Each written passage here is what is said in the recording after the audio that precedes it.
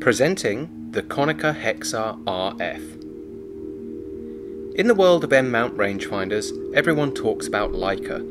They made the mount after all, but there are other companies that offer some pretty sweet rangefinder cameras, not least Zeiss and Voigtlander. But one that often gets overlooked is Konica, that plucky Japanese company known for its copy machines.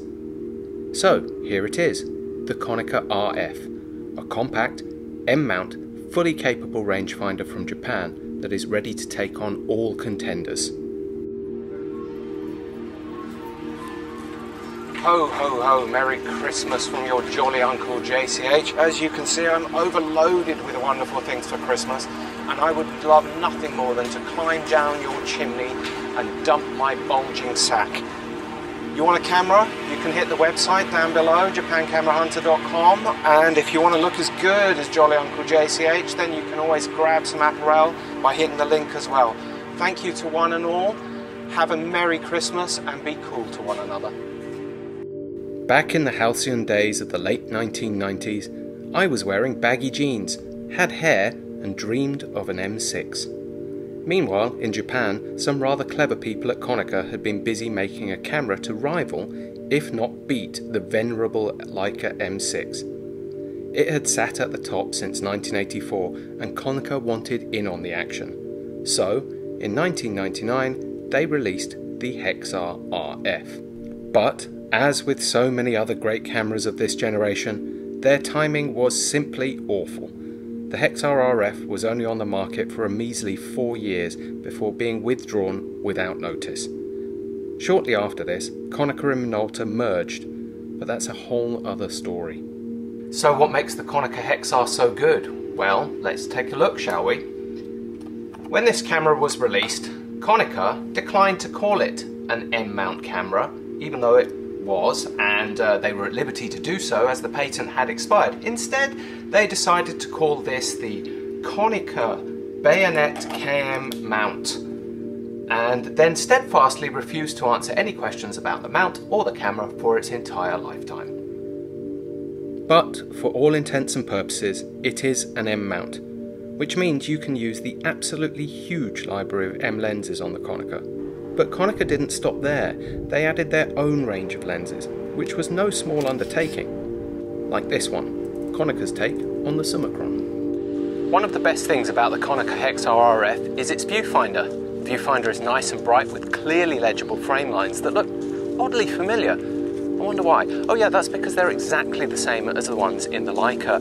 And the similarities don't end there. It has a 69.2mm base length, the same as the Leica, except this one has a 0.6 magnification finder, which makes it a little bit different, more interesting.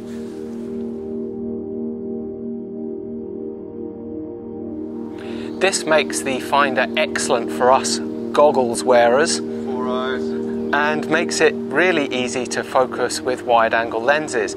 Though there is a drawback to this, that being that with longer focal lengths it becomes harder to accurately focus when shooting wide open. Prior to this camera, Japanese manufacturers had had quite a bit of trouble in replicating or recreating the quality of the Leica rangefinders, but this camera itself actually heralded a new age of Japanese finder technology. A little bit late to the party, but it showed that Japanese manufacturers had the chops to make it there.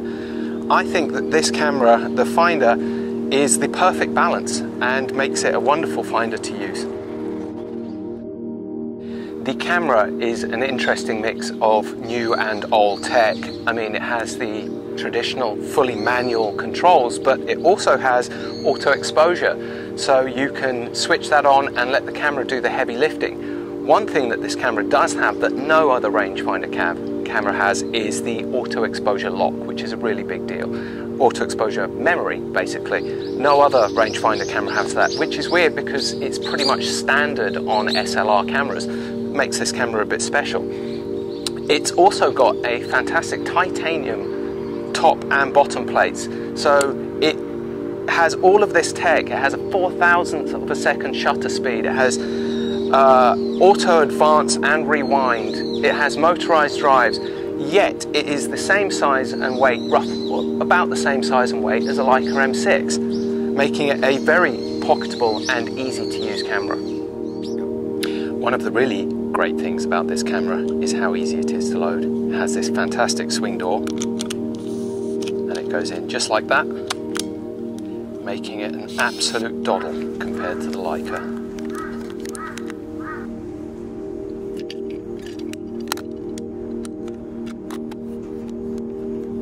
The Konica Hexar RF was my first true rangefinder camera. Prior to this, I had owned a Minolta CLE, which is a true rangefinder, I'll give you that, but it did have its limitations, and this camera is a far more rounded and balanced camera and really sort of set me on my rangefinder journey. I've owned both of these cameras, the Konica Hexar and the Leica M6, and did I buy into the Leica hype? Because I sold my Hexar when I got the Leica M6. Did I buy into the Leica hype? In a way, yes I did. There were certain things I wanted and certain things about the Hexar RF that bugged me. One in particular was the battery situation, because when you run it with a battery, I found myself in a couple of situations where I wanted to take shots, couldn't get any batteries, camera was dead. And yeah, but having said that, you know, do I regret selling this for an M6? Yeah, a little bit, I do actually. There were things about this camera which were brilliant. It was so easy to use. It is so easy to use. The auto exposure lock memory thing is amazing. 4,000 shutter speed, which is just, on a bright day like this, it gives you so much more leeway than the M6 does. And it also, these lenses, the Konica came with its own range of lenses, which I mentioned previously, and we have reviewed them on the site, and they are great lenses. It's its own complete package. So yes, I did move up or move on to another camera. I moved on to the Leica, but I miss the Konica, and in a way I regret selling it. So it's nice to have one in the hands again, because it's just so comfortable. It's like shooting with an old friend again. Right, so there it is, the Konica Hexar RF, a short-lived but very important piece of camera history. It seemed to me you lived your life like a camera in the wind. Right, you know the drill, pros and cons time. So, pros. Fantastically designed camera, really easy to use, nice viewfinder, 4,000 shutter speed, really good, auto exposure lock, and prices are much more friendly than Leica. But cons, it's getting harder to find them in working condition, and repairs are an issue. There's not many places that can repair these now. Needs batteries to run, can't run it without them, and yeah, prices are actually creeping up. So I hope you liked this video. If you did, please like and subscribe down below. Make sure you come and check out the website japancamerahunters.com, and keep on shooting film.